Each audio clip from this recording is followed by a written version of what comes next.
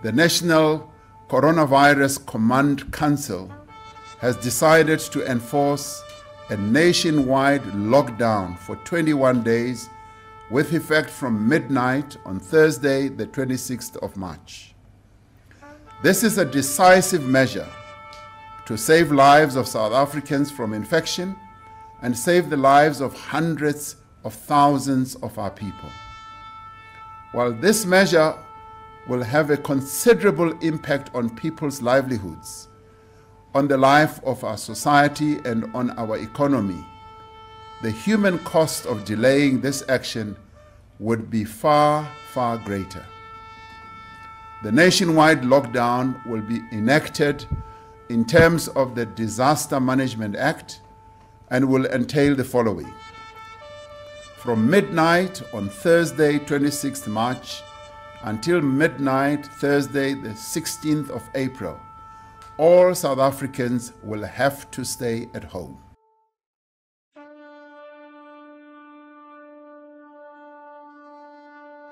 Ah, Africa, my Africa. How to say this without diminishing the quantity and quality of hope, though?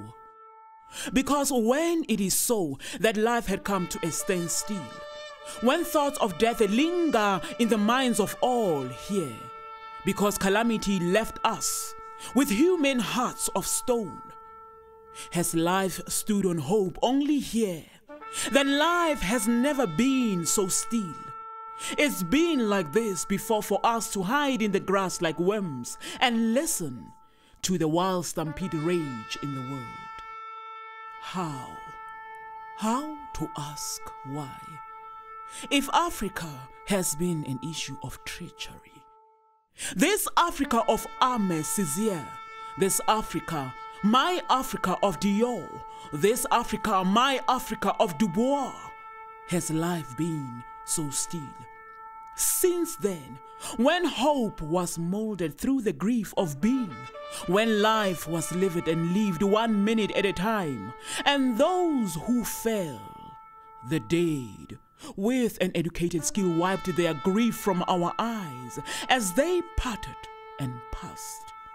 After the weep, the sound of the gun and the speed of the bullet, those who fell were left behind. The vultures will come.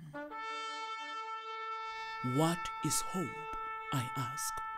Because cities which glitter like glass have been scattered all over the earth as if they are merely fields, with buildings hovering as if to touch the heavens, their height and size turning walking humans on earth into ants. These cities, built with iron and stone from long ago, weigh on the spirit of us, the slaves. Where does it sit? What nurtures it? This hope? For it is ours. It is ours. As I see on the TV, those in the meandering queues on the continent and in the diaspora, as this thing comes walking deliberately if it is not stopped, and they come on walking from the shacks, from among parched trees of the village, from the ghettos, walking unknown, unseen, walking without sound in the quiet fallen footpaths and streets and alleys. I ask then, does history repeat itself?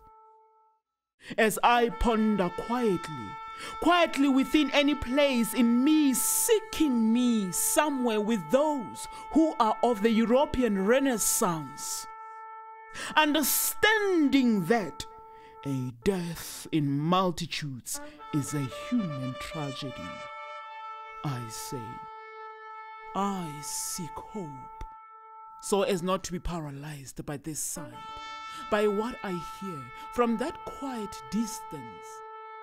Italy, Spain, the US. What do I see? Which I see to say, sleep well, dear folks. And China, You found the buttocks of a tiger and shook and threw it away. And we work here. We remember that we reared leopards and tigers and hyenas without them knowing. As we look at the mass graves in far lands, we watch from here and plead with our being, with hope, never ever feel helpless or hopeless. Who am I? So we know that we are asking us collectively, who am I? Oh, humanity, who am I? Is an answer after the peak. When it levels off, we must answer. When the question is asked with ringing tambourines, crying bells and rumbling drums, as if of thunder and trumpets announce what we want to know, proclaiming time, it cannot be the same again. After all this, tell the economy so.